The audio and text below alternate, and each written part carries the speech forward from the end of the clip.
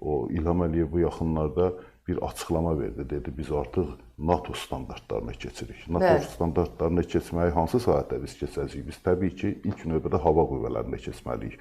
Hava qüvvələrini gücləndirməliyik. Hava qüvvələrini müasir, belə deyək ki, o Amerika təyyarı və yaxud NATO standartlarına uyğun şəkildə formalaşdırmalıyıq.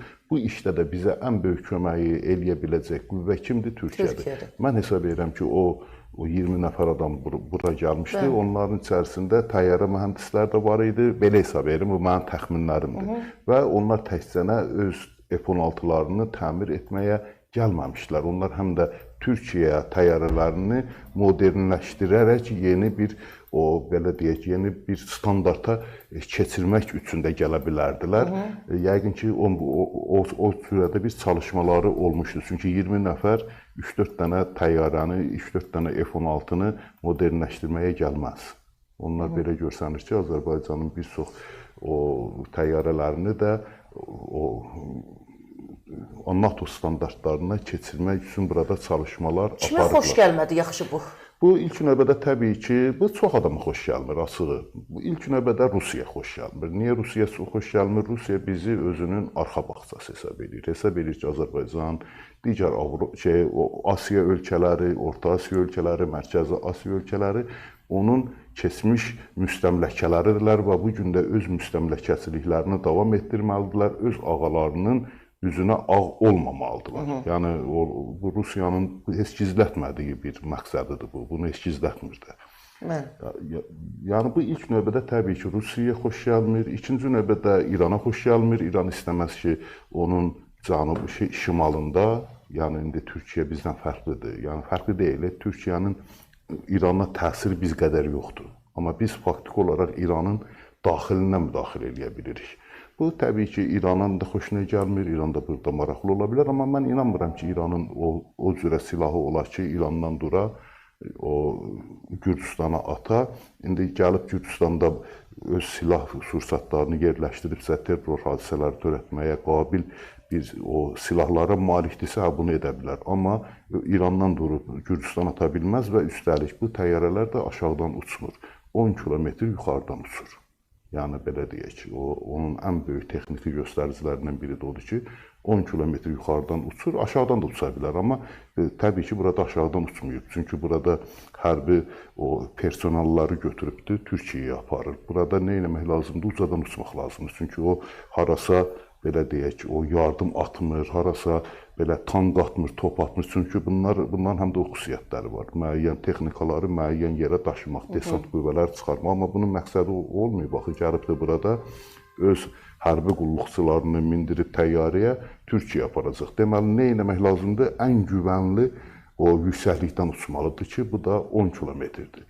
Yəni, mən hesab edirəm ki, ona görə İranın bu əməliyyatı həyata keçirmək qüdrəti yoxdur. Amma Rusiyanın var. Amma daha çox təyyarənin göydə 3 yerə parçalanması daha çox daxildən partladılma anlamına gəlir. O da ola bilər. Mən indi onu açığım. Çünki biz üzr istəyirəm, öz təyyarəmizdə gördük də. Yəni, kənar müdaxilə dərhal bilinir ki, təyyarənin gövdəsini biz görmüşdük, deşiklər var idi, azalın təyyarəsini. Yəni, biz o kənar müdaxiləni görmüşdük, o deşim idi, ələk idi sanki. Burada isə o kənar müdaxilə görünmür. Daxildə də ola bilər. Siz kənar müdaxilə deyəndə təkcə belə deyək, təyyarənin vurulması nəzərdə tutulmamalıdır. Təyyarələrə müxtəlif təsirlər olur. Deyək, radio dalğalar vasitəsilə də ola bilər və yaxud o təyyarənin içərisinə əvvəlcədən yerləşdirilmiş müəyyən o partlayıcı maddələrin də partladılması ola bilər ki, Azərbaycan, indi çox təəssüf ki, Azərbaycan hələ özünün içindəki Rusiya pərəst qüvvələri təmizləməyib. Bunu gizlətməyə dəyməz. Bu orduda da vardı, bu, nə bilim, o hər tərəfdə vardı, yəni, belə deyək, 5-ci kolonun üzvləri vardı, onların da əli ilə törədə bilər. Mən buna versiya deyirəm, mən demirəm ki, 100% budur, bunu 100% heç kəs deyənməz. Amma bu ehtimallar da ola bilər. O xarici müdaxilə təkcə o demək deyil ancaq ki, ora bir dənə, belə deyək ki, mərmi ilə silah atasan, bir mərmi atasan, o da gedə təyyarənin gövdəsinə dəyə təyyarəni vura. Burada hər cür o xarici müdaxilədən söhbət gedə bilər. İndi o da bir xarici müdaxilədir. Amma burada biz nəyə baxmalıyıq? Biz baxmalıyıq ki, o təyyarənin partladılması kimə sərf edirdi? Bu günləri, məsələn, onunla biz onu tapa bilərik. Çünki bu cür əməliyyatlar adətən elə keçirilir ki, iz buraxmasınlar. İz buraxılmayanda biz nə etməliyik? Biz artıq məntiqimizə əsaslanmalıyıq. Bu hadisə kimə sərf edirdi? Azərbaycana mı? Azərbaycana sərf eləmir. Gürcüstana mı? Gürcüstana sərf eləmir. Ermənistanın buna gücü çatarmı? Təbii ki, çatmaz. Nə bilim, İranın buna qüdrəti çatarmı? Bayaq da dediyim kimi, İran o 10 kilometr yuxarıdan uçan təyyarəni vurmaq üçün çox ciddi bir hava hücumundan müdafiə sisteminə ehtiyacı var. İran gətirib onu Gürcüstanda qura bilməz. Özdə o təyyarə harda vurulubdu deyəndə Qəziyə uğrayıbdı, yenə də biz Qəziyə uğramaq kimi deyək. Qəziyə uğrayıb deyək, bəli. Marneullidə Qəziyə uğrayıbdı.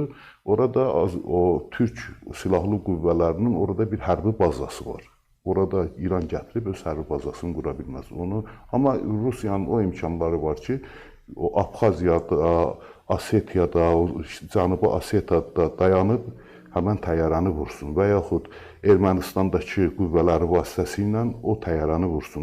Belə bir şeylər var. Özdə siz fikir verdinizsə, Ləman xanım, mən də daha çox bunu belə deyək, təxribat olduğuna inanıram. Niyə təxribat olduğuna inanıram? Yenə deyirəm, bunlar hamısı versiyadır. Siz əgər o təyyarənin uçuş o marşrutuna baxdınızsa... 8 yazılı düşürdü. Yox, hələ oradan deməli, aeroportdan qalxır. Əvvəl belə şeyə gəlir, belə deyək, qərbə gəlir, sonra belə fırlanır, yenidən şərqə doğru. Daha doğrusu, əvvəl şərqə gəlir, sonra belə fırlanır, qərbə doğru gedir. Yəni, Ermənistan üzərindən keçmir. Niyə Ermənistan üzərindən keçmir? Deməli, bir təhlükə gözləyib. Bu təhlükə nə ola bilər? İndi mən bilmirəm. Bizim əlimizdə heç bir fakt yoxdur ki, o təyyarədən nələr daşınıb, nələr daşımayıb. Amma hər halda ola bilər ki, çox ciddi, belə deyək, Azərbaycana lazım olan o silahlar da daşınıb. Silahlar deyəndə texniki, belə deyək, texniki, belə deyək, avadanlıqlar, texniki avadanlıqlar da daşına bilər. Bunu Ermənistan üzərindən daşımaq istəməyiblər, hər ehtimala qarşı.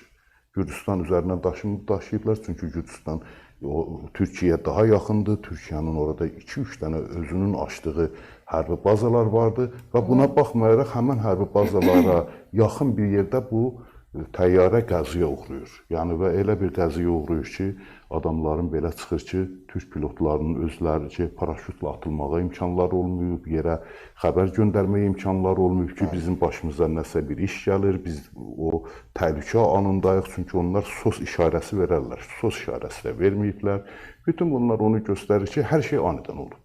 Anidən olubsa, bu deməli ya vurulub, ya bir partlayış içəridə siz dediyiniz kimi bir partlayış nəticəsində olub. Bunun hər ikisi... Orada belə bir versiyalar da irəli sürürlər ki, orada məsəl üçün o avadanlıqların da belə deyək, F-16'ların, falanların, onların bərkidilməməsi, yaxşı bərkidilməməsi müəyyən bir sürtünmə yarada bilərdi. Təbii, indi əgər onu bərkitməyiblərsə, təyyarə uçanda o tərəfə, bu tərəfə fırlana uçur da, bu yük təyyarəsidir. Yük təyyarəsi hətta sərnişin təyyarəsindən daha təhlükəlidir o mənada. Yəni, belə deyək ki, sərnişin təyyarələrində insana nəzərən bəzi şeylər edilir, amma bu yük təyyarələrinə o həssaslıq nəzərə alınmır. Orada təbii ki, müəyyən avadanlıqlar tərpəşə də bilər, yıxıla da bilər, əgər bağlanmayıbsa. Amma niyə bağlamayalar? Bu mənə inandırır. Yəni, neçə ilin istismarında olan təyyarə və orada təcrübəli insanlar. Özdə 20 nəfər orada, 20 nəfər, onların hamısı, əksəriyyəti mühəndisi olubdur. Çünki açıqlama o şəkildədir.